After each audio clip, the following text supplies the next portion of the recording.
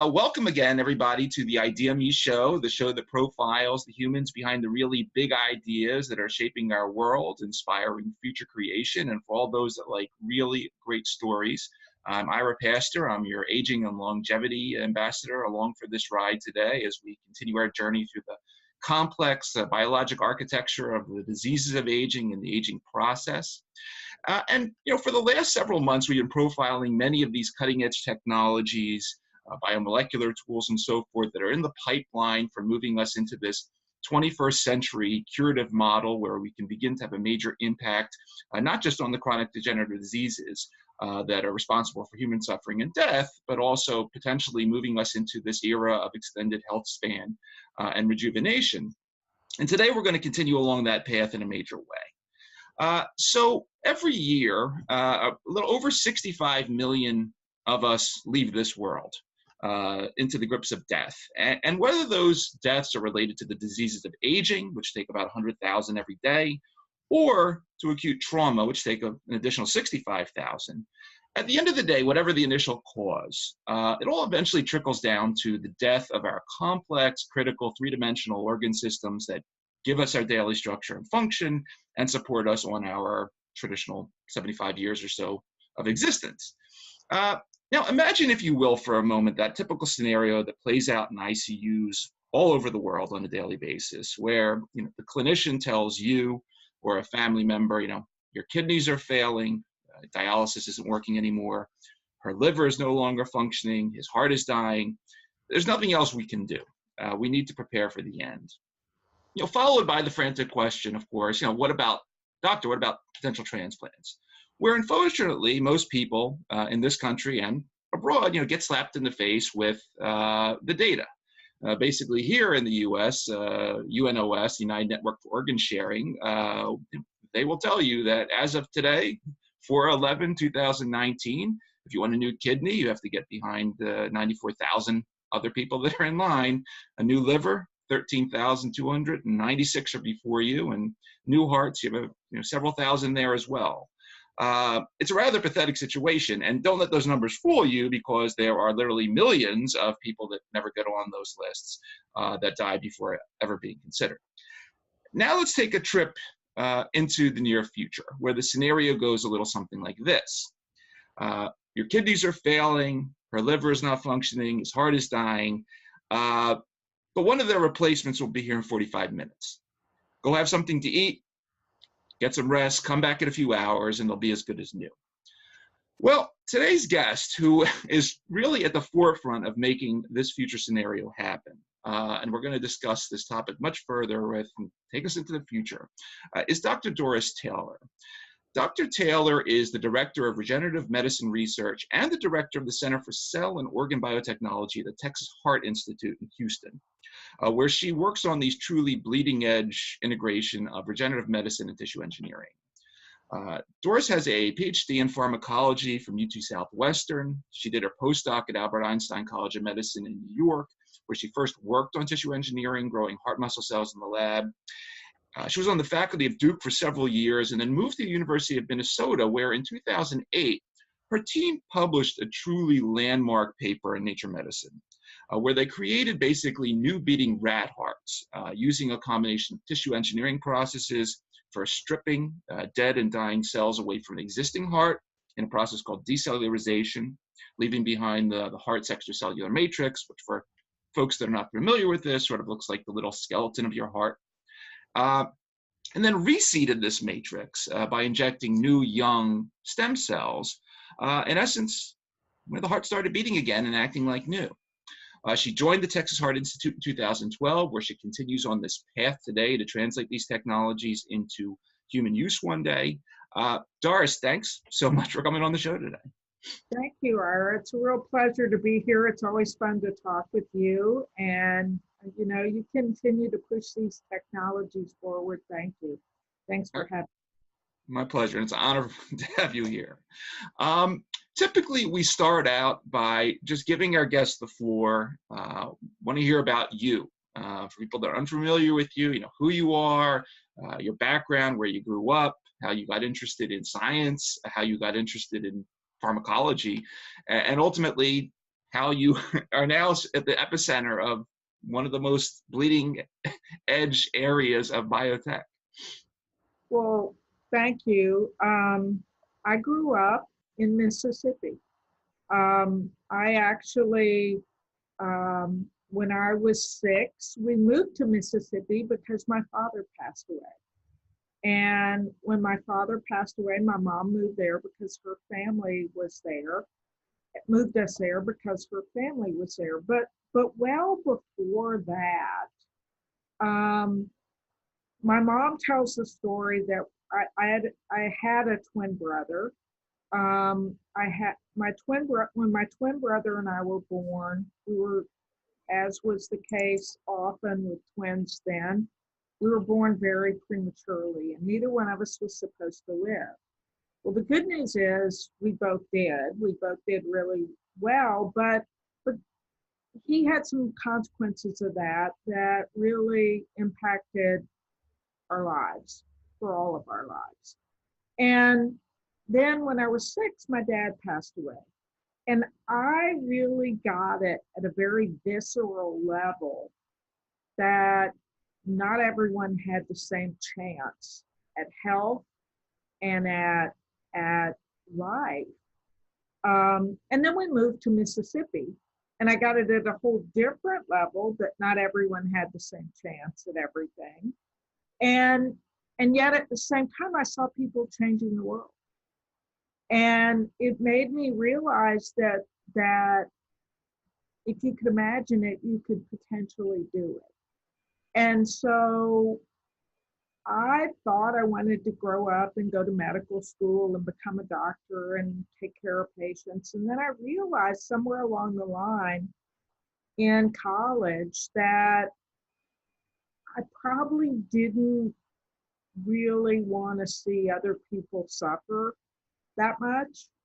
I really wanted to make a difference instead. Mm-hmm. And so I had a professor who said, why don't you consider being a scientist? And at the time, I had no idea what a scientist did. And I said, oh, that sounds really good. That sounds awful. Sounds like we want to be in a lab all day, every day. You know, but what I didn't realize is that science isn't just about being in a lab every day. It's about synthesizing ideas, mm-hmm. bringing new ideas together and making them real. And so actually out of college, I went to work for Ross Perot's data processing company. To find out if science was what I really wanted to do. And pretty soon I realized that maybe it was. And I got a job at UT Southwestern in a heart lab. And it kind of all happened from there. It evolved from there. And in that heart lab, and then I got accepted into graduate school in a great department at UT Southwestern, a Nobel Prize winning department. I kind of realized pretty quickly that I wanted to understand what, not just the physical reality of the heart, but what made it alive. What was it that, I mean, the first time you see beating heart cells in a dish, it's stunning. Mm-hmm. It makes you go, wait, this is life right here in this dish. And I wanted to understand that. And I think most of us who are in science would say our careers didn't exactly, none of us planned our careers and planned to be exactly where we are. I then, after I got my degree, I went to Einstein, did a postdoctoral fellowship with Leslie Limon, who taught me about, one, about being a woman in science, and two, about her lab at the time was doing a little bit of gene therapy, mm-hmm. and also sequencing a number of genes, but doing gene therapy. And I got recruited to Duke based on the gene therapy work I did in her lab to teach people how to do gene therapy. Well, there, growing muscle cells in the dish, growing heart muscle cells in the dish, And seeing heart failure happen enabled my mentor at the time, Bill Krause, and I to talk about and Bill to say and really let me run with the idea of maybe if cells grew up in the context of the heart, they would become heart cells. And I'll come back to that because 20 years later, I think I finally understand that. But at the time, Bill and I decided to take muscle cells because he's an cardiologist, but he's Mm-hmm. also an exercise guru and an exercise physiologist and understands muscle at a level that most of us won't ever. And Bill said, maybe if we take these immature muscle cells, we can use them rather than genes. We realized pretty quickly that cells were little gene factories. Mm-hmm. The thing about gene therapy, which is still true today, is you have to get lucky and choose the right gene. Mm-hmm. Mm-hmm. And when you put a gene in the heart, it has to have cells that it can go into to have its effect, right? If you're putting it in a damaged region, those cells aren't there. Right. So we said, well, what if we put cells in, because they're little gene factories, and maybe they'll respond to the environment and have an effect. So in fact, Bill and I as a postdoc, as a young faculty member, investigator in Bill's lab, not a postdoc, but a young investigator, was able to follow the idea of putting cells in the heart and see if they could have a functional effect. And in 1998, we published the first paper showing that you could transplant cells in the heart and have a functional benefit in Nature Medicine. And that kind of changed our worldview. We started pursuing the idea of endogenous repair in the heart instead Mm-hmm. of watching it fail. But over time, what we realized is that cells alone were probably never going to take a fully failing heart and a leathery scar and move it back to functional, healthy tissue. And so when I left Duke and moved to the University of Minnesota, we said, wouldn't it be cool if we could take all the sick cells out and put healthy cells back in? And at the time, the idea of removing cells from a valve already existed. So we decided to pursue that at the level of whole organ. And we did that by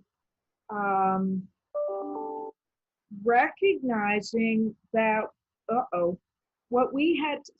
recognizing that what we had to do was take these hearts that we were already hanging in the lab. Normally you would perfuse them with a solution and your goal would be to get the cells out alive. And we said, why don't we perfuse them with a different solution that'll just get the cells out? And the first time we did it, we decellularized the heart and it looked like a heart at the end of the day. We were like, wow. Wow. But what was really cool about it was you could kind of wrap your head around it and you could watch it get clear, you could watch it get white, become this acellular construct, and you could say, okay, it's a muscle, it's tough. I can imagine that happening with something tough like the heart. Let's try it with something else. And then we tried it with liver. Mm-hmm. At the end of the day, we had a liver that still looked like a liver, and it was like, holy smokes, this is bigger than we thought. Mm-hmm. And that's when we started trying to say, okay, we can do this. We can end up with an organ framework, a scaffold. Now let's work to use that scaffold to rebuild the functional organ. And that's where I've spent the last 10 years of my life. And there's actually a lot going on. It's a completely fascinating journey. I appreciate that overview immensely. Um, you said something very important, and before we sort of transfer into some of the different projects that you're involved in now, you spoke about this, the sort of, as you said, the cell in the context of the heart, and I guess that can be said about anything, the cell in the context of the kidney, in the context of the liver. And I think this has always been very, as I've watched your presentations and read your materials in the past, and as we've spoken, you've taken a much sort of in the what I'll call the stem cell centric era, where so many people just focus on the cell. You've taken a much broader perspective. You've talked about, of course, vascularization, and the fact that, hey, it's great to have cells growing on a scaffold, but they need blood. Right. You've talked about They want to eat every day. yeah. They want to eat all the time. They want to breathe. Some of the other things you've talked about, sort of this. I see what I've seen referred to in the literature, sort of peripheral automaticity. The fact that while there is a vertical control between the brain and the heart, the heart does things on its own. Clots form.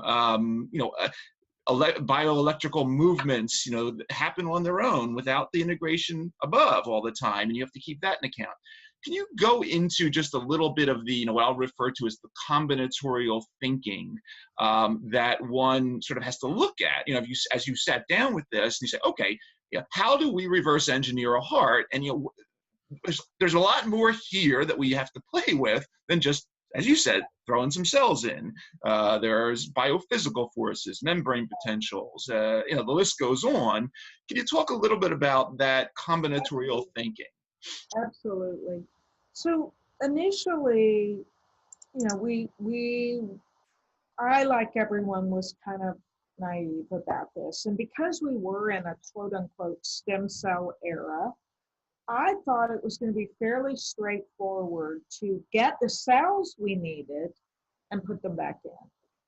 And because we had done work on vascularization, so first of all, the rate limiting step in tissue engineering anything complex has been the ability to build the vascular tree. Mm-hmm. You can make something 3 cells thick or 6 cells thick, but as soon as you start getting complex, the diffusion distance is too great. And unless you can build a blood supply, it's not going to live. And it's certainly not going to respond in a meaningful way. So one of the advantages of these organ scaffolds is that nature's figured out how to build the blood supply. And that's what made what we were doing, I think, unique. We had a natural framework and vascular conduit tree already there. So we could imagine putting vascular cells back in and putting parenchymal cells back in and having them talk to each other. So I will say that if we hadn't had that, we probably would have created a lot of dead constructs over time, and I wouldn't understand a lot of what I think I understand now. That being said, when we started out, I kind of saw the scaffold as a framework, and I saw it as something I didn't really understand, but I didn't see it as, and we did talk about it being a smart heart. It seemed like we could put vascular cells in, and they would stay in the vascular tree, and we could put parenchymal cells in, and they wouldn't end up in the vascular tree necessarily. But we didn't really understand the complexity that was there. Okay? What I've learned over the last decade is that the framework, the matrix, imagine when we started looking at when we took all the cells out and we could start looking at the biophysical properties of the matrix, for example, how stiff it is. And we found that if we measured the stiffness, just mechanical properties of a heart from a male and a female, they were different. And if we measured the stiffness of a heart from a young female and a young male, they were very different, and they kind of caught up as we aged. And I was like, okay, why would female heart be stiffer? Let me think about this. Female heart, female lung, female kidney was all stiffer. And then I started thinking about it, and what's different about females? They have to be able to get pregnant. When they get pregnant, the blood supply goes up, the blood volume goes up significantly. Your heart has to be able to pump that extra blood volume. And then once you give birth, that volume reduces and your heart has to recover. Well, what if that stiffness was related to the ability of the heart to deal with that volume and recover? And so then I started talking to my colleagues who were studying pregnancy, and we started thinking about hypertension associated with pregnancy and I was on a think tank for a number of years, and it led me into this whole other field of, wow, maybe the mechanics play a completely different role than just squeezing all day, every day. Maybe they make a difference in how the heart can respond to stress. Well, fast forward 10 years, and we've now got data that suggests that the extracellular matrix in the heart differs in people with different kinds of heart failure. And that it affects how the heart cells can pump or not pump. Well, I didn't get there just by throwing cells in the matrix. I got there by thinking about the physiology of the heart, context of disease, and how there's this dynamic interplay between the vasculature, the cells, the matrix.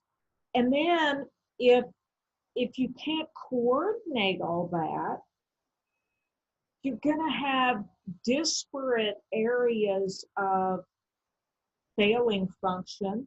So you've got to be able to connect it electrically, you've got to be able to connect it mechanically. And we've really learned that,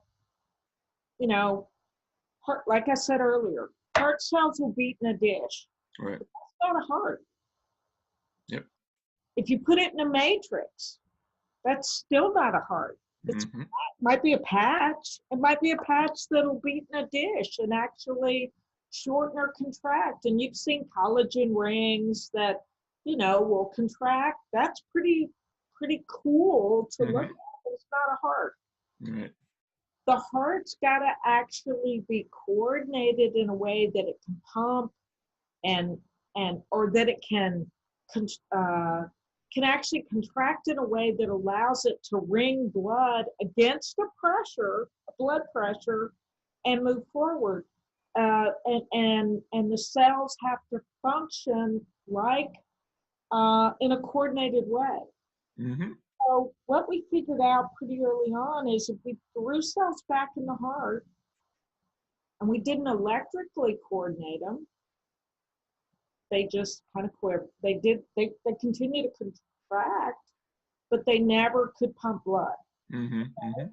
So we paced them. We got them to all work together, and they could pump blood. They could pump against a pressure, but if we didn't put a physiologic pressure there for them to pump against, they never got mature. They just stayed immature cells that didn't know what to do and didn't really realize they were supposed to grow up and become mature cardiac cells unless they had something to pump against. Mm-hmm. But we also found out that if we just put cardiac muscle cells in there, they don't do as well. They need endothelial cells, they need smooth muscle cells, they need neurons, they need fibroblasts. And that's turned out to be true in cell therapy and, in hematopoiesis and Mm-hmm. virtually everything we know. It, diversity matters, Right. you know. Heterogeneity. Heterogeneity and a mixture is better than a singular cell population. And biology is pretty smart. It's got it is,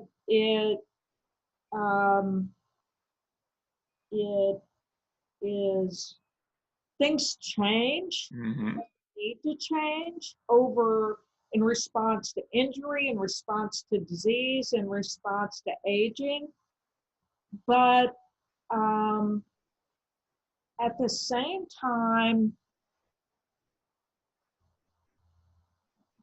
what's been so fascinating for us is that we basically have said, okay, we got this scaffold, took us years to get the cells. And, initially I thought, okay, stem cell biology is alive and well. We'll be able to get the numbers of cells we need. We'll be able to grow the numbers of cells we need, do everything we need to do.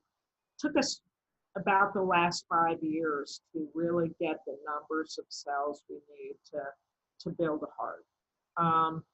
When somebody has a heart attack, they lose 1 billion cells on average. Billions, and to grow a rat heart took us a few 100 million cells. Okay. Okay, to grow something as large as a pediatric human heart takes multiple billions of cells. Mm-hmm. Mm-hmm. Heart cells don't divide. Yeah.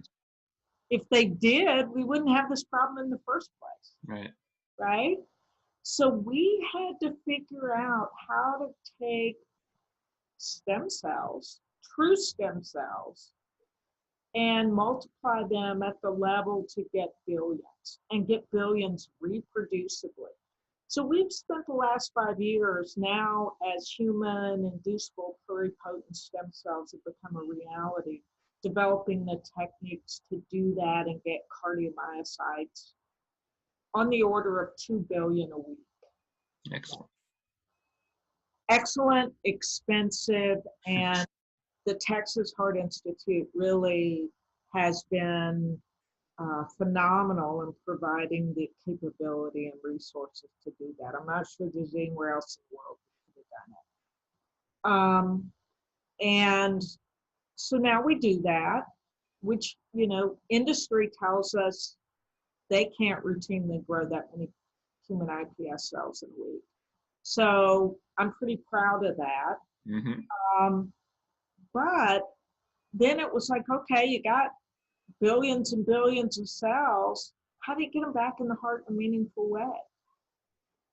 And if you go back to the way the heart contracts, the heart doesn't just squeeze like this. It rings. It squeezes in a way that lets you actually squeeze blood out of the chambers, right? Mm-hmm.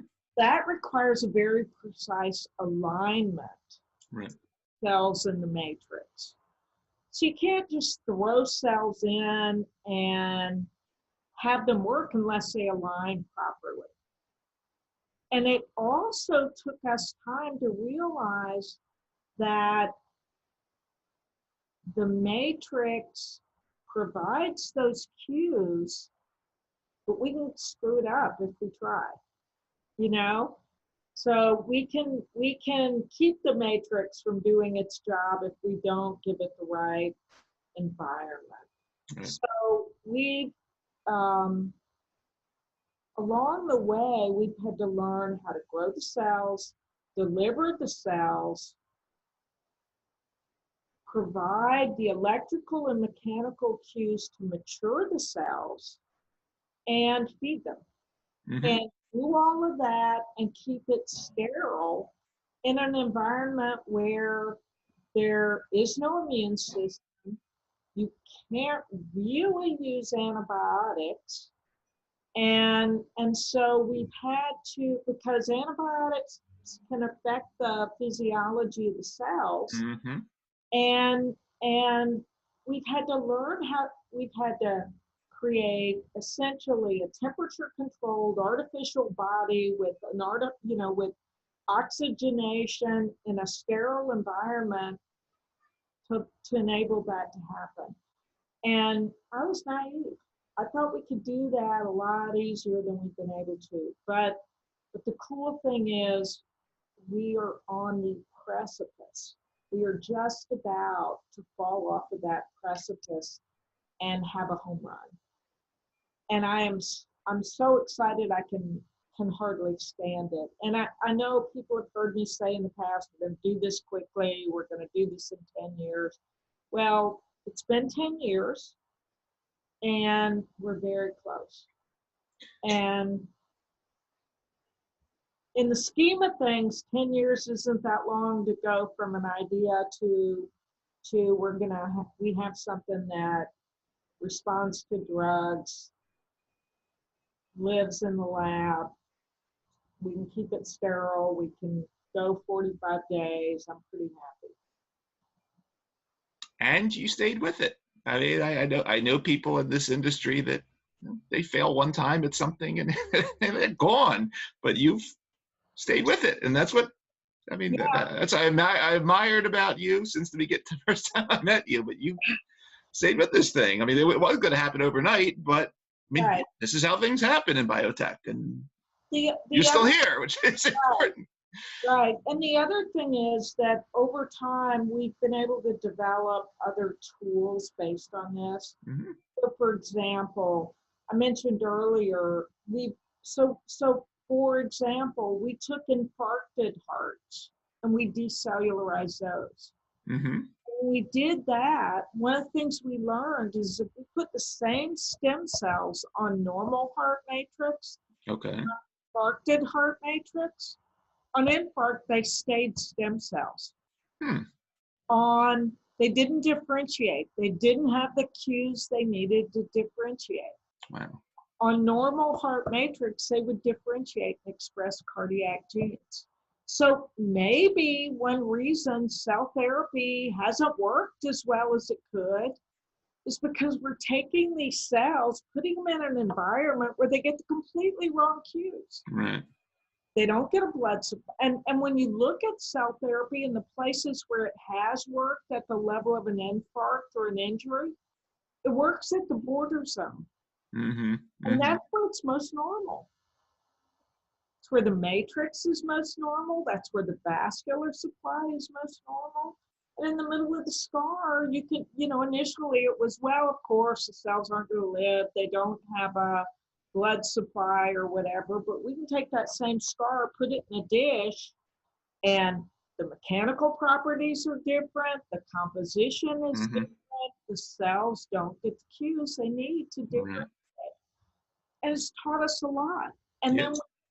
then we've said, okay, let's take matrix from immature heart, an adult heart, and let's put the same stem cells on that, see what happens. Turns out matrix is totally different. Right.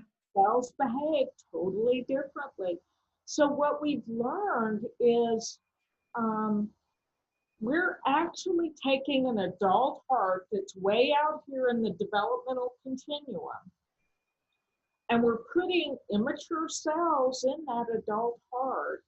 And we have to figure out in that adult heart how to create the dynamic range of stiffnesses, blood flow, molecular cues that occur during development you can't just put the cells in, turn on the stimulator and say, be an adult. Yep. You have to let them grow up in that environment. And I've had to learn more about cell matrix interactions than I ever thought. I've had to learn more about matrix than I ever cared to. I didn't start out that way.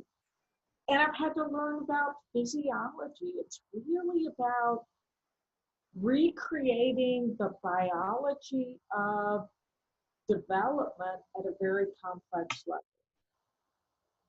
and Okay. do it synthetically. And then the other thing that we've done that I'm really proud of is along the way because we've been able to work with organ procurement organizations, and because we've been able to work with families who are willing to donate hearts for research, Mm-hmm. because we've been able to get access to these human samples, we've learned a lot about how the matrix changes with disease, with aging, and with disease. And so we've begun to be able to build disease models Okay. that nobody else in the world has been able to build. Mm-hmm.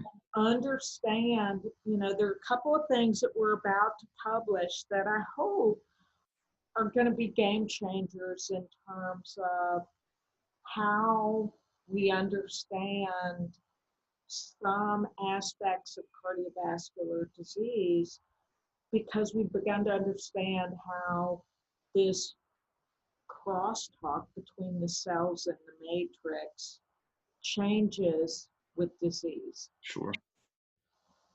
Fascinating. Completely fascinating.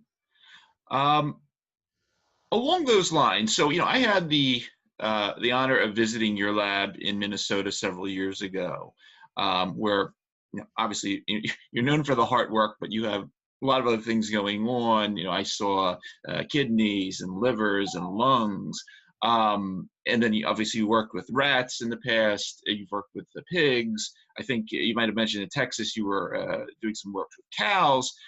Where are you right now, sort of in the thinking about sort of the obviously you worked a lot on the cardiomyocyte and the cell side, thinking out obviously to the future, where are the matrices, in your opinion, most likely going to come from? Are they going to be xeno, or obviously there's not enough human cadavers, but where are you going with that? One of the, obviously there are three options when you think about scaffolds. One is human hearts that can't be used for transplant Mm-hmm. because they're not healthy enough. I don't, we're beginning some ex vivo perfusion work to see if we can actually recover the matrix from those hearts in a way that makes them viable. But I don't think there are enough of those, and I don't think that's going to be a good source. Mm-hmm. On the other hand, we've spent the last decade using pig hearts, Mm-hmm. decellularizing pig hearts and repopulating them with human cells, Mm-hmm. and realizing realizing that in fact, if you cover the matrix with autologous cells, the matrix is pretty silent. Mm-hmm. And then we've also, when we think about building pediatric hearts, we've gone to models also like the rabbit, which is the size of a human pediatric heart. Okay. And have used that as a model because actually the rabbit is the smallest animal that has the same contractile isoforms and cardiomyocytes and as humans. Mm-hmm. And I knew that when we did our first cell therapy at Duke, we used rabbits for that reason. It's unlike rodents in that they mimic human electrophysiology, collateral formation, myosin heavy chain properties, beta Mm-hmm. is alpha, etc. So we've also explored that for smaller hearts. I think in some ways it's not pig and rabbit. I don't think it's going to matter as much as the cells are going to matter. Okay. Um, and figuring out the right cells and how to get the right cells in a time frame that makes sense. You know, it's easy right now to get human iPS cells. You can buy them, you can make them, whatever, but it Mm-hmm. doesn't take just a week to make the iPS cells. Sure. It takes months to make the iPS cells. So unless you imagine a model where someone knows they're going to have heart disease down the road and you get blood cells or some cells and make iPS cells, you're not going to have autologous cells available easily. Okay. So we've thought a lot about, do we create organs that are different haplotypes or different, you know, basically a bank of organ types, Mm-hmm. and I think those become business model decisions rather than scientific decisions, but they're issues that we've had to start thinking about as this gets more mature, especially for the heart. Mm-hmm. Kidneys, livers, lungs, other organs where, you know, the unique thing about brain and heart is you only have one. Mm-hmm. And they're geographically constrained. Sure. They're the only two organs that are really geographically constrained. If your kidney gets larger, it doesn't kill you. Right. If your heart gets larger, it probably will. Right. You know, and if your heart's not geometrically correct, it may kill you. To wit, hypertrophic cardiomyopathy. Right. So if you're trying to build a liver, or if you're trying to build a lung, or if you're trying to build a kidney, a lobe of a liver or a lobe of a lung may help. With a heart, you gotta have it right when you put it in. So we picked the hardest, of course. One of the things that we've been able to do here at Texas Heart is look at both combined mechanical devices and nascent hearts. As the nascent hearts get more mature, turn off the mechanical devices. Okay. And heterotopic transplant, where we put a new heart adjacent to an existing heart. Wow. And that's a surgery that has actually occurred in humans in the past. Wow. So we've done that in animals, in a number of animals, and are using that to see if we can do some of the recellularization in vivo. Hmm. So we partially recellularize, put it in, and see if nature can do some of it. Wonderful.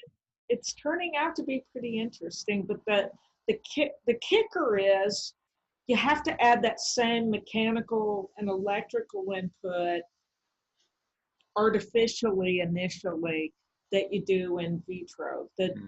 The benefit of doing it in vivo is the cells come from the host, Mm-hmm. right? And you have an immune system, so you're not, and you have a blood supply, so you're not having to feed it. Nature's doing that, and you're not having to fight infection by working in a clean room behind X amount of shields and bunny suits. Sure. Nature's doing that for you. So we're trying a number of different approaches to see what's going to work. And I'm very, very lucky that we have that opportunity. Yeah, I'm glad you have these opportunities and that you're going through all these permutations, because I think this is the the way of getting it done. I mean, we're at the point now that we just have to slog through it until Right. it works. And that's, one of the biggest frustrations for me is that kind of research nobody wants to support. People don't want to, people, most funding agencies want to fund simple hypotheses, not slogging through something like Yeah. it. Most funding agencies want to fund the next step, Mm-hmm. not from not the game changer. And if they want to fund the game changer, they want it to be a simple game changer. Human iPS cells didn't get funded until it was done, right? Mm-hmm. I mean, that's the way it works. And so, unfortunately, we've picked something that's outrageously expensive, tedious, and we've learned a lot of things along the way, and we're doing a lot of great, simpler experiments and learning about heart failure and learning about heart disease and learning about cell matrix interactions and how to build microtissues and drug test beds and all of that. But those would all normally be individual projects on their own. Mm-hmm. You can't do all of that and have the depth and breadth and focus to get this done. So even though we're learning about all those things, unless we have 100 people, we're never going to be able to explore all of those to the degree we want. So we're slogging through the hard part, and I'm fortunate that I've been in a situation where I've been able to do that here at the Texas Heart Institute. But, the world of science is, it's been challenging. It's been really challenging. And I can imagine.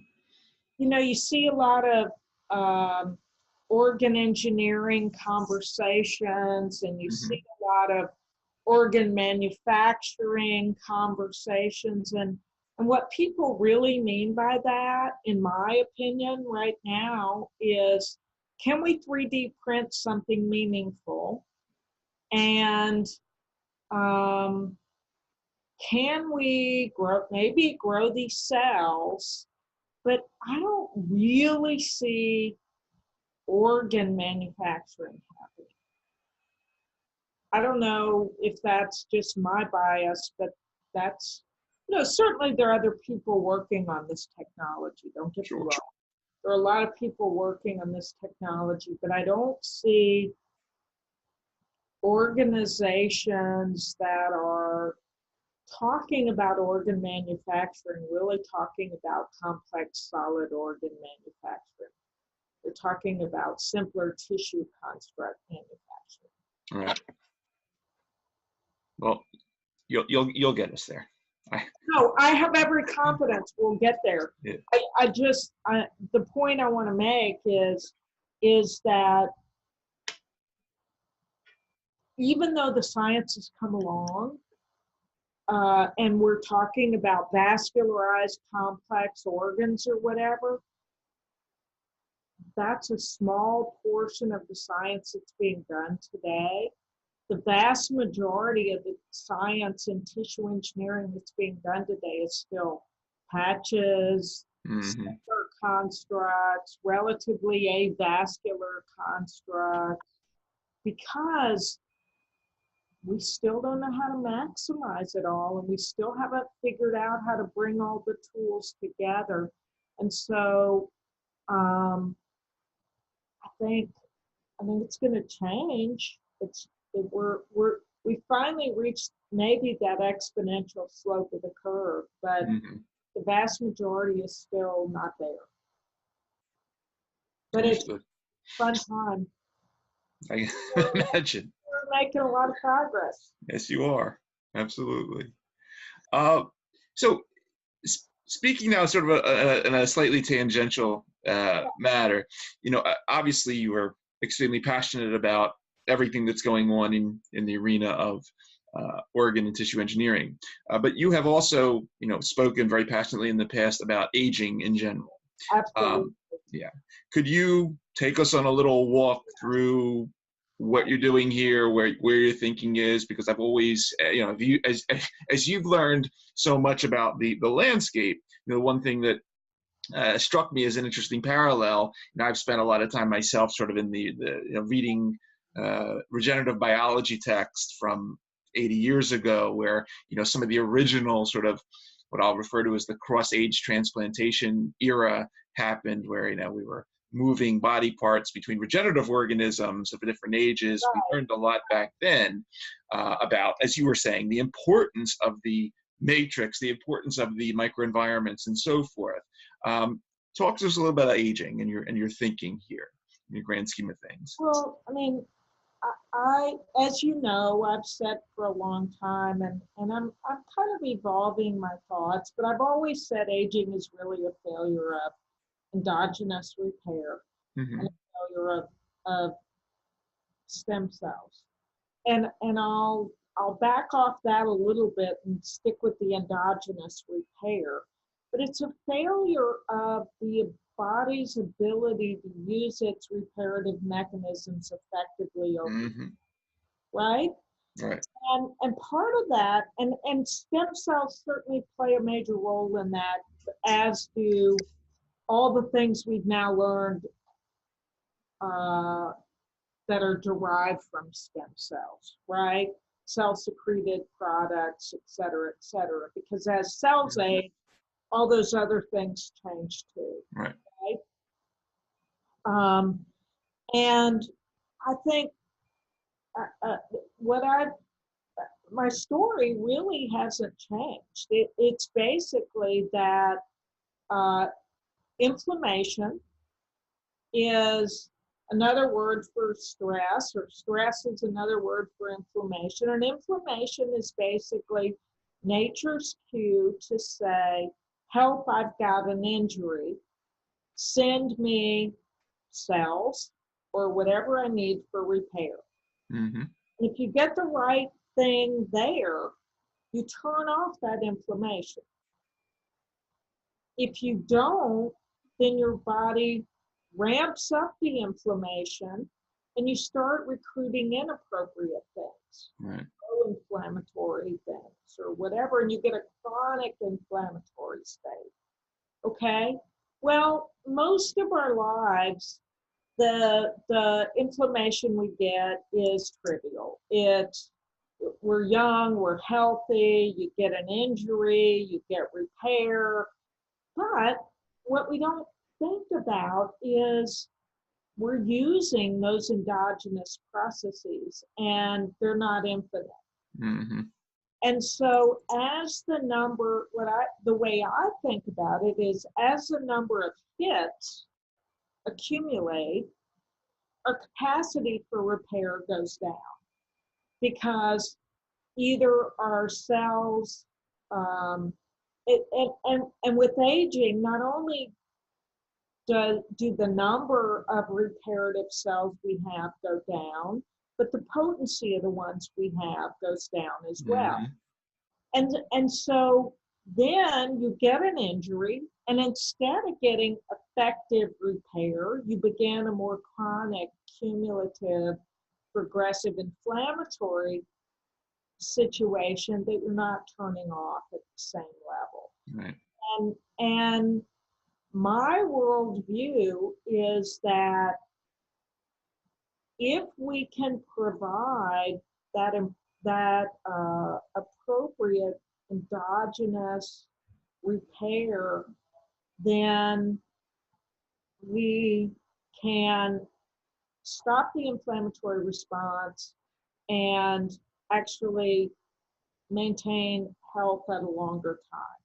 So what and so we've done a number of things. I've been involved you know, 10 years ago, 12 years ago, when the NIH decided to fund cardiovascular, some cardiovascular cell therapy clinical trials, one of the ideas that I helped promulgate was if we're going to do autologous cell therapy, if you believe that all of us are different, which I happen to believe, and I'm going to give myself my cells and you your cells, that basically we're getting two different cell products. And yet we're going to be looking for the same effect. And maybe, and no cell product is homogeneous, right? And so maybe if we looked at the composition of your cells and the composition of my cells, and let's say I got better and you didn't, could begin to figure out what cells are associated with repair and what cells are associated with lack of repair. Okay? Right. And at the same time, while I was at the University of Minnesota, we said we have access to people of all ages here, from 18-year-old, 21-year-old, to college students, to 80-year-old cardiac patients.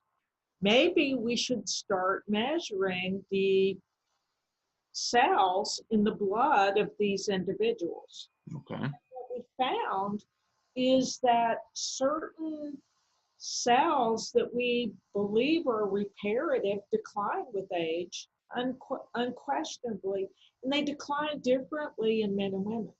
Yeah. And what turned out to be very interesting is that if you look at the progression of heart disease, it seems to mirror that decline in cells.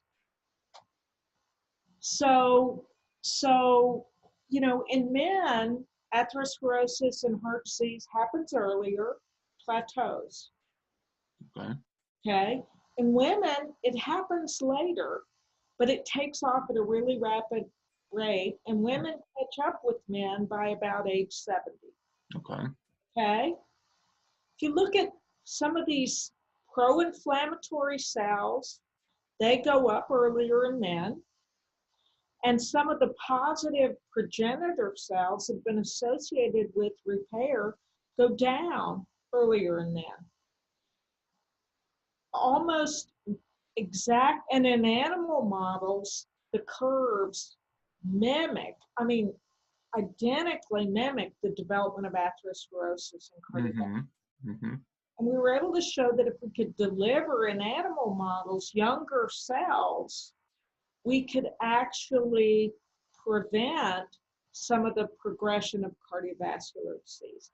And what that made us do, and we started out, you know, this is the serendipity of science again. We started out doing what a lot of people do, looking at delivering male cells to female animals and female cells to male animals, so we could use the Y chromosome as a marker of either the host or the cells we gave. Okay? So if we had given male cells to female animals, we could say, okay, let's look at the cells we gave by looking for the Y chromosome. Sure. See where they are. Well, when we did that, what we found is that we got different effects when we gave male cells to females and female cells to males. And that made us go back and look in people and realize that to some degree, the composition of the bone marrow is different in men and women. Fast forward 12 years of clinical trials, and we've been able to show that certain deleterious cardiovascular risk factors, smoking, hypertension, diabetes, number of factors like that, change the composition of your bone marrow and of your blood, and change your ability for endogenous repair as a result. So it's not just that those are putting you at risk by increasing whatever burden, they're also decreasing your reparative capacity. And then we've done by looking at people who got better in a number of clinical trials, we've been able to now say what cell types associate with repair. Okay. And what's turned out to be really interesting is it's not always stem cells. Sometimes it's immune cells. We've published some papers showing that B cells and macrophages and monocytes seem to be as important or more important than stem or progenitor cells. That's fascinating. And what's kind of funny, and I had to go, duh, is, you know, if you're doing a cell therapy trial and you give bone marrow, 3 to 5% of the cells that are in that are stem or progenitor cells. 97% aren't. But we attribute the beneficial effect to the 3 to 5%. Okay. That's a little bit naive. It's not what turned out to be true. Turns out a lot of the immune cells and the other 95% contribute to the ability for repair. That's really interesting. And it sort of jives with on the sort of the regenerative organism side of things. You have this really interesting correlation between the potency of the innate immune response in the regenerative equation, which you don't normally think about too much as being a regenerative impulse, but that's really fascinating. I think there's a lot. I think the tie between acute and chronic inflammation, the immune response to that, and the difference in the immune system in men and women, because women have to be able to maintain a pregnancy and not reject a fetus, is all part of why there are differences in longevity in men and women, and why there may be differential responses in a lot of clinical trials that we don't really understand. The other thing that's turned out to be really interesting in the last couple of years, Ira, is I've been lucky enough to be involved in a couple of analyses. For example, Mary McDermott in the Propel clinical trial showed that there were racial differences in stem cell responses to different drugs. GCSF, one of the drugs you give to mobilize cells. Sure. Cells are mobilized differently based on race. So there are a lot. Biology is, I mean, it's beautiful, it's fascinating, and we continue to think that, you can look back and go, that makes a lot of sense. Of course, we're all different. I'm different. You're different. All of us are different. Why wouldn't our biology be different too? And we're finding out it is, and we just didn't even know where to look in the past. And I'll say one final thing about that. The ultimate, there have been a lot of parabiosis experiments done over the years, right? Sure. What's the ultimate example of parabiosis? Pregnancy. Right? Yep. And in terms of cardiovascular disease, it's a J-shaped curve. One pregnancy, your risk goes down. 2 pregnancies, your risk goes down. 3 pregnancies, your risk goes down. More than 3, your risk goes up. Huh. My wife's lucky because we had 3. That's right. That's fascinating.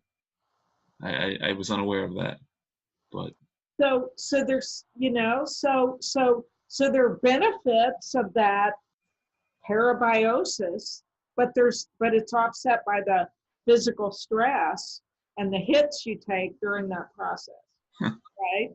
Right. Amazing. I'm always amazed the amount of things that you have been involved with. That's I have to talk to my wife about that one. Before I get to sort of one of the wrap up questions we do on the show, I wanted to ask one other thing, because while I'm the health and longevity / aging ambassador to this show, there is someone else that deals with stuff up there in space. And I know that you recently had some experiments that were shot up to the International Space Station. I'm not sure sort of the status of all that, but and I don't want to violate national security or anything, but can you just tell a little bit about what you're doing up there, what you've done up there, and what you are hoping to find out? I mean, obviously I'd love to go into space one day, but if it messes with my heart, I don't want to do it. But talk a little bit about that. Yeah. So our stuff hasn't flown yet for a lot of different reasons. But there are a number of groups who are looking at both stem cell biology in space, the effects of microgravity,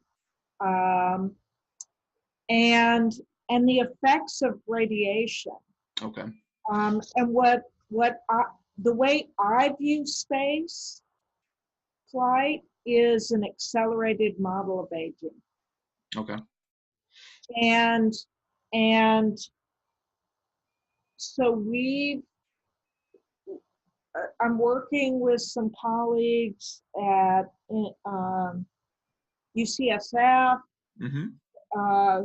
Sonia Schrepfer, awesome, doing a lot of this work, but we're looking at some effects of microgravity. I'm working with some folks in Boston, looking at the effects of space radiation on the heart and brain. And what we found is that there's some unique conversations that seem to be going on between the heart and the brain that I think, a lot of times we assume that the brain drives the heart, and there may be some data that suggests that cardiovascular effects can drive neurologic effects as well. And so we're looking at that conversation between, we for example, ApoE, right, was originally discovered or originally viewed as a vascular component, cholesterol, et cetera, and then it turned out to be involved in Alzheimer's, right? Well, so we're looking at relationships between cardiovascular effects and neurologic effects and how space radiation may affect those.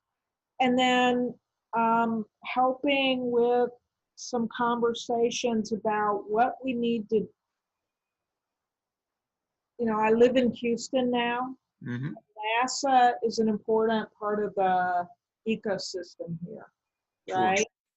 And being privileged enough to think about how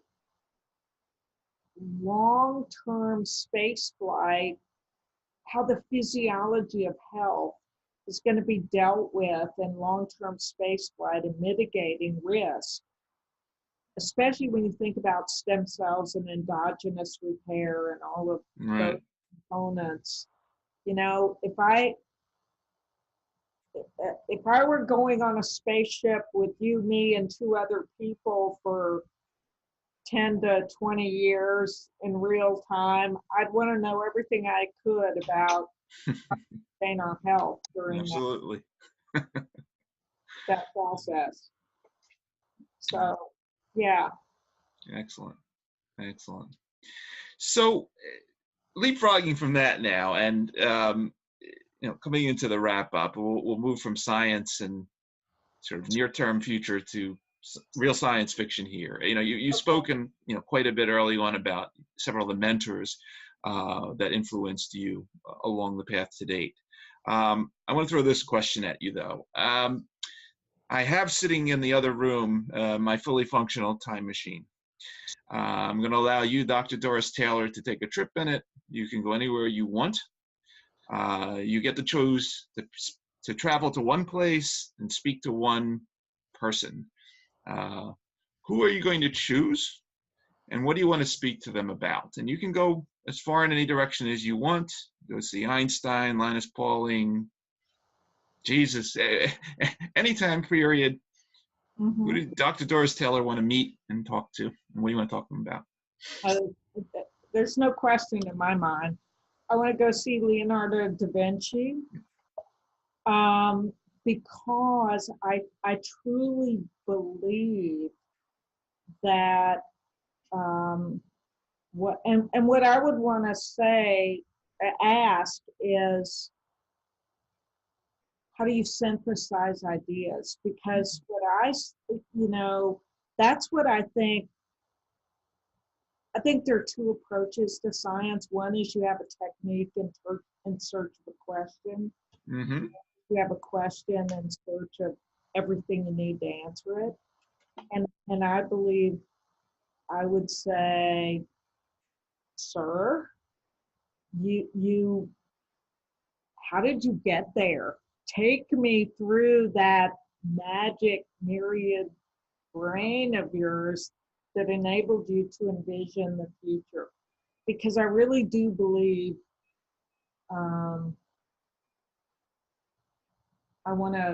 I'd love to be able to live just a little bit of that, because I think that's the kind of vision you have to do what we do.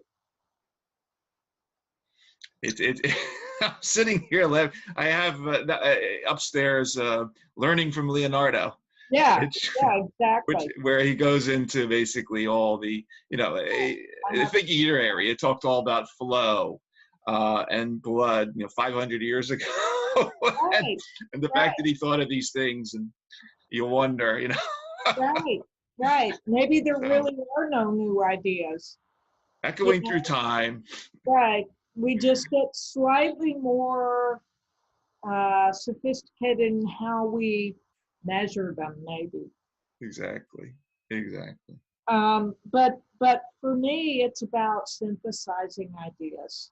And I guess the other thing that I would probably ask is, okay, so you've synthesized, you've generated all these ideas, but you weren't appreciated for it in your lifetime. Right.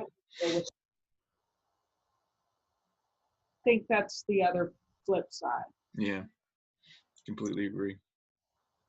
Yeah. Well, it's been an honor and a pleasure having you here today. I'm always so intrigued by everything you're doing. I encourage everyone watching this, and we will have links to your websites and your papers and things coming up. If there's you can send me offline any conferences that you're going to be presenting at, or conventions, so forth and so on. We'll link to all of that. But once again, thank you so much, Dr. Doris Taylor, Director of Regenerative Medicine Research and the Director of the Center for Cell and Organ Biotechnology at the Texas Heart Institute. It is always a pleasure talking to you, and thank you just for everything you do for moving the world of biomedicine and biotechnology forward. Thank you. What an honor and what a privilege. And I always love talking with you, and I love sharing ideas. Let's keep doing it. Definitely. That's what the show's all about. Thank you so much.